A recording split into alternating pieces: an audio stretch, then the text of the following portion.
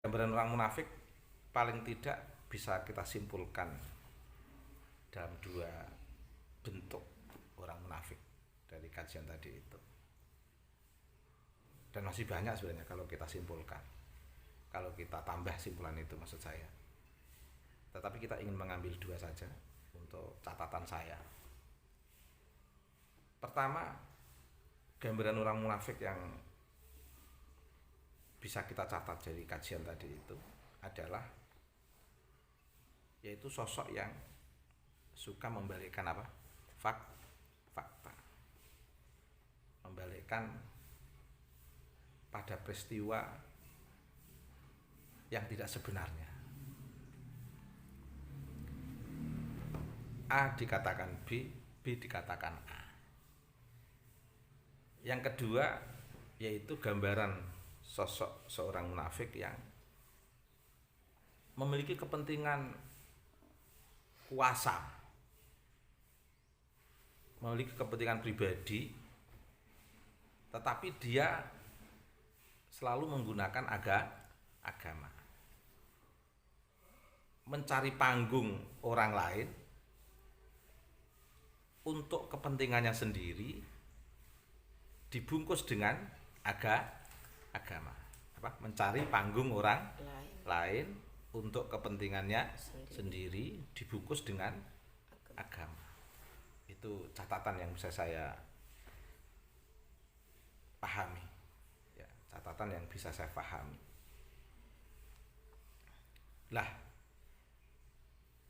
sekarang kita kontekkan dengan kondisi sekarang ini. Masihkah gambaran itu di depan mata kita? Oh masih. Gambaran itu masih ada di depan mata kita. Contoh gaya orang munafik, misalnya jika kita menemukan gaya yang seperti ini, itu kita bisa mengambil kesimpulan, wah ini gaya-gaya munafik. Gaya-gaya munafik terlepas kita tidak boleh menuduh orang itu munafik atau tidak, apalagi sampai mengkafirkan. Tapi setidaknya gayanya ini tercermin. Gaya kemunafikan ini tercermin, yaitu gaya yang suka membalik fakta. Misalnya membalik fakta sejarah 65. Sejarah 65 itu yang sudah jelas-jelas melakukan benturan antara pemberontakan yang dilakukan oleh Partai Komunis Indonesia, itu yang garda terdepan menghadapi PKI itu siapa? NU. Bahkan yang menjadi sasaran kekerasan PKI saat itu para kiai dan warga NU. Ini terlepas ada pihak ketiga atau tidak. Meskipun analisis politik saya itu ada pihak ketiga. Pihak ketiga itu siapa? Biar yang berwenang, yang berhak untuk memaparkan. Kita nggak boleh menuduh secara personal karena ada riset yang bisa lebih valid untuk memaparkan itu. Terlepas dari pihak ketiga, real dalam sejarah saat 65 itu yang melakukan benturan berani di garda depan dan bahkan menjadi sasaran PKI itu adalah kiai dan warga NU. Karena banyak kiai yang menjadi korban, warga NU yang menjadi korban, akhirnya Banser bertindak sehingga melakukan perlawanan balas yang tidak sedikit juga dari PKI yang mati terbunuh. Artinya ini sejarah real bahwa saat itu NU dan Banser lebih-lebih itu betul-betul mengalami benturan yang sangat dahsyat ya, perlawanan yang sangat dahsyat, menelan korban jiwa. Sekali lagi yang melakukan benturan ini siapa? PKI dan NU. Lah, sekarang ini ada analisis bahwa Banser disusupi PKI. Oh, ini kan analisis membalik fakta. Yang bermusuhan dengan PKI itu dulu siapa? Yaitu siapa? Yang berani melawan PKI. Itu Banser. Masa Banser dituduh banyak ditempati oleh orang-orang komunis? Ini kan membalik fakta. Mengapa? Karena dia ada kepentingan. Kepentingannya sendiri ditutup dengan Islam, dengan mengambil panggung orang lain.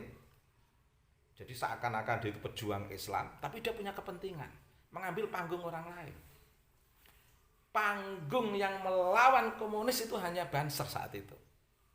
Oh, seakan-akan yang memiliki, seakan-akan justru Banser itu malah dalam posisi yang dianggap sarang komunis. Ini kan membalik fakta.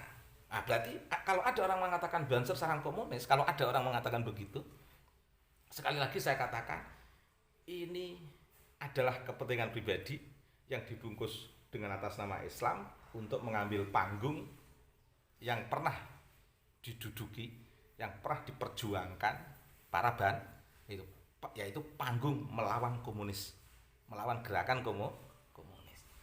Nah, ini ada orang seperti ini.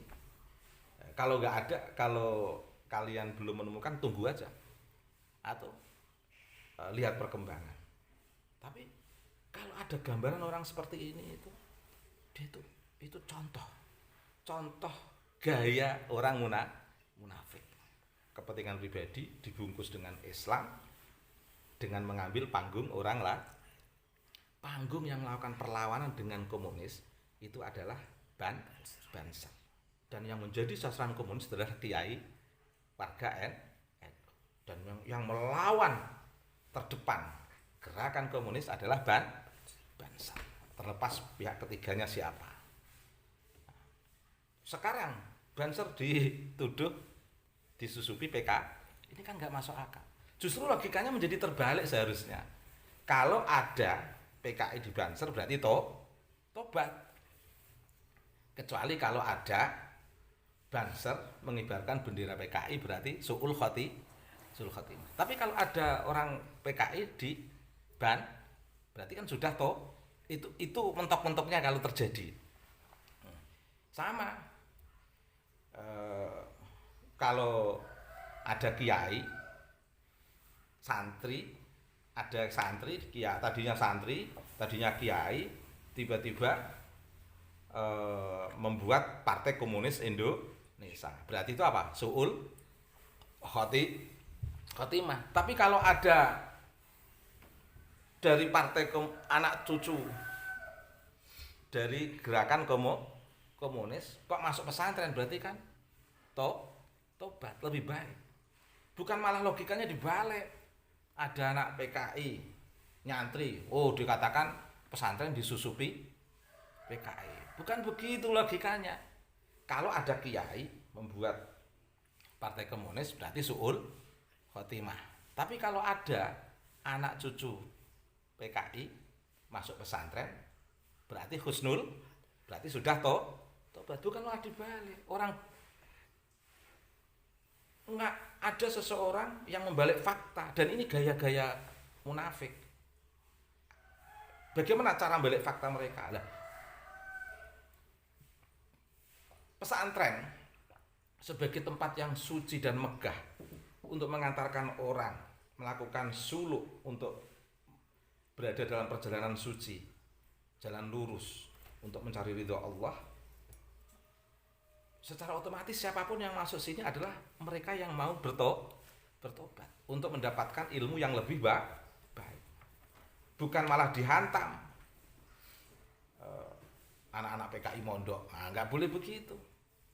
Atau sebaliknya, kalau Banser adalah musuh bebuyutan PKI dan saat itu benturannya sangat dahsyat, kok tiba-tiba ada generasi mereka yang mondok, seneng kiai, belajar ngaji, berarti mereka tobat. Malah justru harus alhamdulillah karena mereka mau tobat.